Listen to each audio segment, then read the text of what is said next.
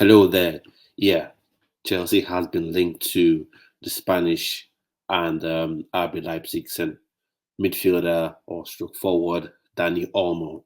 I'll be sharing my thoughts on that. I wonder what you think. The reports are that Chelsea are looking to break the buyout clause, £50 million buyout clause, before the expiry date on Monday. Now, on the face of it seems a good fit because I think he's in his mid 20s, so he's a very good player as well, very good midfielder, good scores good goals. Not really a winger, but I think he's more suited to playing centrally, although sometimes he's used out wide. But I think he's more suited to playing centrally, just behind the striker. So on the face of it, it looks decent because he at least would bring a bit more experience to the side, and then um, he's he's a very decent player, very good player. So that sort of ticks all boxes, because you need as much creativity as you can get. But then again, you ask yourself, where and how would he fit in Maresca's system? Because you already have Cole Palmer that I think will be playing behind the striker. And then you have Nkunku as well that will be going for that position as well. Though some people may say he should play as a striker or play as a left winger, but I think he's more suited to playing behind the striker, especially if a main striker is signed. Um, but I think what Chelsea needs more than another midfielder at the center of another midfielder is an actual winger on the left side. A right-footed winger. I think that's what Chelsea needs more at this time. But then again, you can say to yourself, you never can tell with injuries because Kunku, you know, has shown last season that he can be injury prone. Although people have said probably it's down to Mauricio Pochettino's coaching style or rather training style. So maybe this season he could be really fit. And then you have Palmer, you're going to bench Palmer, or you're going to shift Palmer out to the right and then have Nono Madueke be on the bench. Those are things you have to consider. So, but he's a very creative player. If he comes into the squad, I wouldn't really complain about it because I think he can add some value in terms of creativity, but in terms of actually uh, playing where he's suited in terms of need, especially I think that's what I'm looking for. Is it something that Chelsea really needs at this time? Another attacking midfielder behind the striker, that's his best position. Is that what Chelsea really needs at this time? I don't think so, in my opinion. I wonder what you think. Have in the comment section below. But like I said, if he's signed, I wouldn't complain about it because at least it will have additional quality and could add additional squad depth as well. So that's it, Dani Olmo. Let's see how that happens. What do you think about the £50 million buyout clause or release clause? Um, before I go off this topic, what I want to say is one thing to spread money about 50 million here, 20 million here, 10 million here, 5 million here, and people say, oh, that's smart buying, or that's being economically or commercially smart. But I think when you haven't addressed your core need, your core need as your core need in the team or in the squad, then that becomes a problem. And I think the core need right now that was glaring from last season is a number 9 and out and out striker, someone who would take the chances created.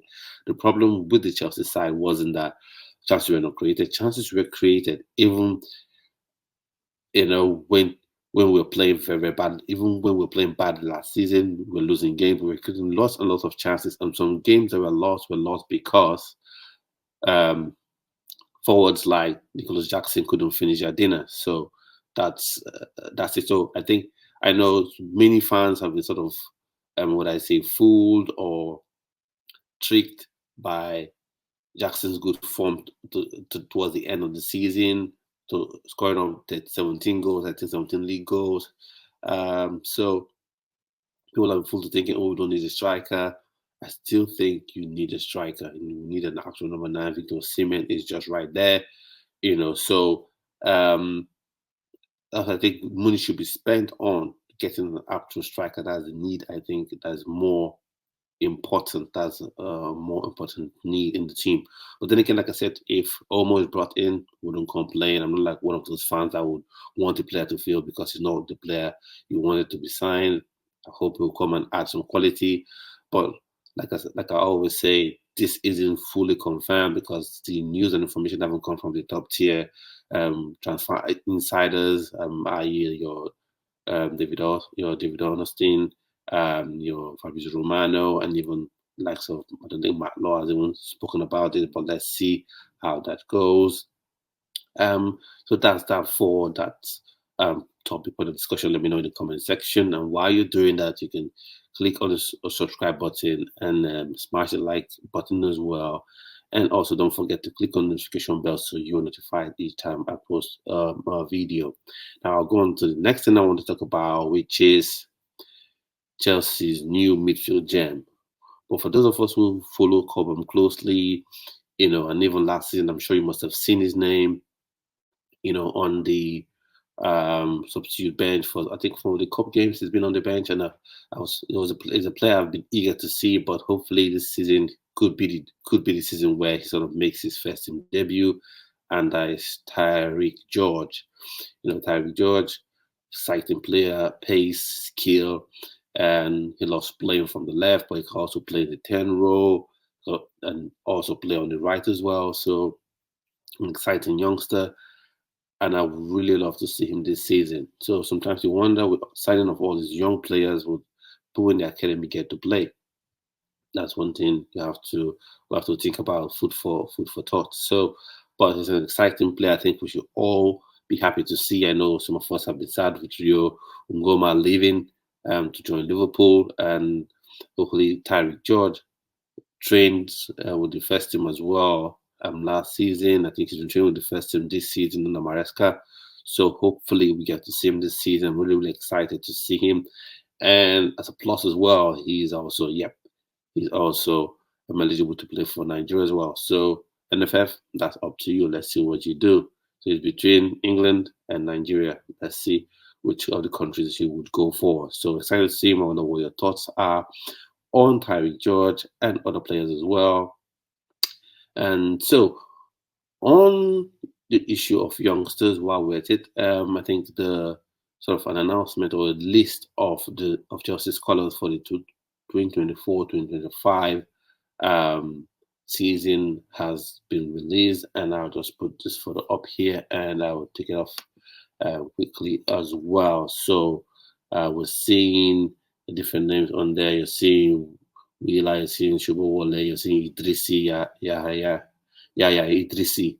That's one exciting player as well, eligible to play for Morocco and England. I think he's played a couple of games for, I think, some of the age grade sides for Morocco. So hopefully to see him play. And then there's Landon Emenalo as well. I think he's the son of a former Chelsea director, Michael Emenalo, who is now, I think, the Saudi Premier League sporting director. So let's see how that goes. And I really like the way he plays. He's one of those rare players in sort of not, of course, as established as this player, but more of in a sort of mold. So in a pellet kind of mold where he holds the ball, silky on the ball, and it's a player I think that we should keep our eyes on. And I hope NFF once again are looking at this. But that aside, these are some exciting youngsters. Shimi Mueka, the someone I've also seen previously, seen him play. Exciting youngster. So let's see how all this pans out. So wishing all these lads